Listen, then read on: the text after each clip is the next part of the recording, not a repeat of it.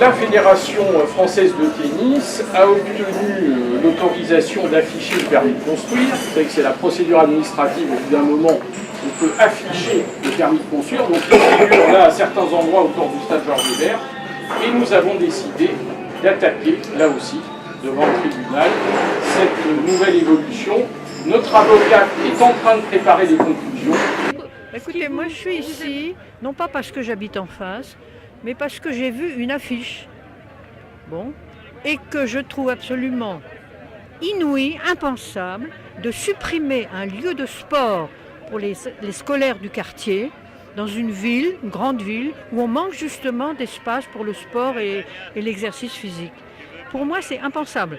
Comme en plus je suis sportive, voilà, j'ai du mal à concevoir. Et c'est vraiment contre l'intérêt public. C'est pour ça que je suis là. Vous avez fait du sport sur ce stade, donc, si vous étiez à la Fontaine? Non, j'ai pas fait du sport scolaire, j'ai fait du sport après, mais je joue au stade Jean-Bouin. D'accord. Je faisais partie de l'équipe de hockey sur gazon de la Générale. Et j'ai joué sur le...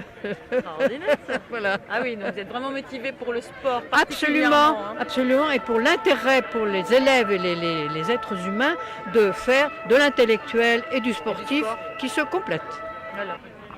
Surtout qu'en plus, là, on vient d'apprendre que ce qui va être construit va être aussi utilisé sur le plan administratif. Absolument. Voilà, donc c'est pas uniquement pour le sport en plus. Alors ça, c'est encore plus scandaleux. Et ça, on ne nous l'avait pas dit. Il a fallu les Boulevard Morland pour le savoir.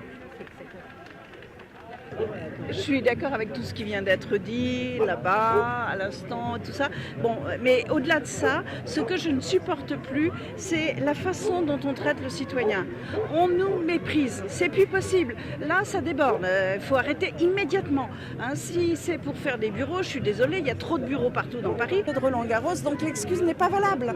Et donc voilà, ma colère, elle est centrée sur c'est plus possible. On ne peut plus faire ça comme ça, parce que nous, on a Internet, on discute entre nous, on sait se mobiliser. Il faut que ce soit plus possible de faire des oukases à longueur de journée.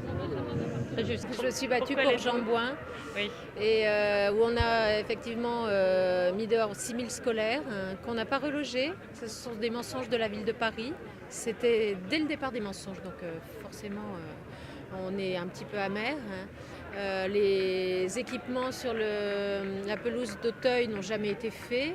Donc c'est vrai que là, quand on me parle encore de 5000 scolaires qui vont être chassés, ça me rend malade.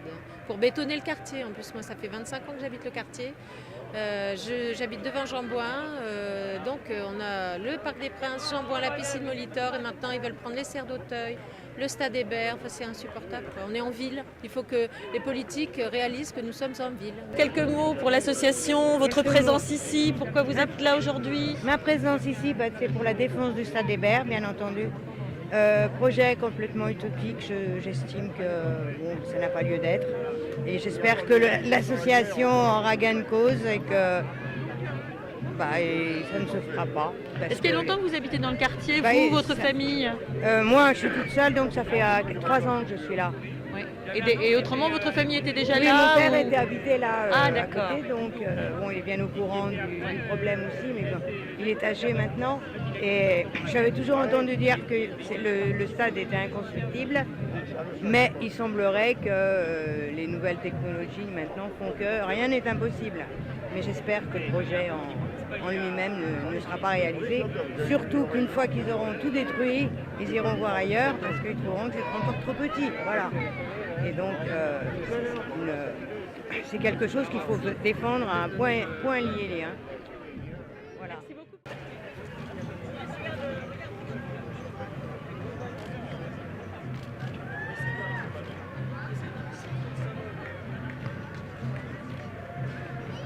Quelles sont vos motivations pour aider l'association? Alors nous, on est là d'abord parce qu'on habite le quartier et puis surtout parce qu'on fait de la gymnastique le dimanche matin avec la ville de Paris.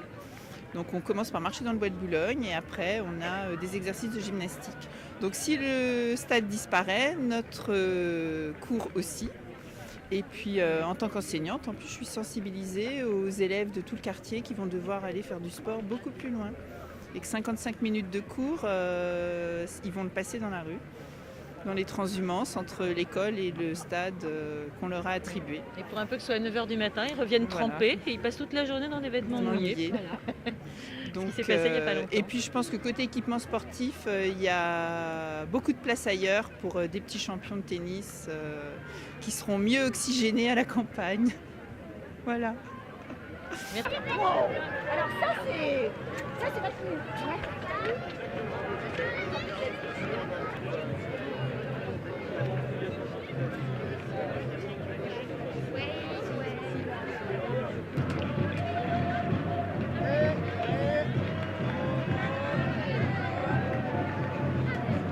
J'estime que c'est important de garder les structures sportives pour les enfants dans le quartier afin qu'ils puissent continuer à pratiquer dans le cadre des collèges et lycées des heures dédiées au sport et non pas au déplacement pour pouvoir se rendre dans des structures sportives, aussi modernes soient-elles. Et je pense qu'on a largement la place de pouvoir construire d'autres bâtiments pour des événements sportifs d'envergure nationale ailleurs que sur les serres d'Auteuil par exemple.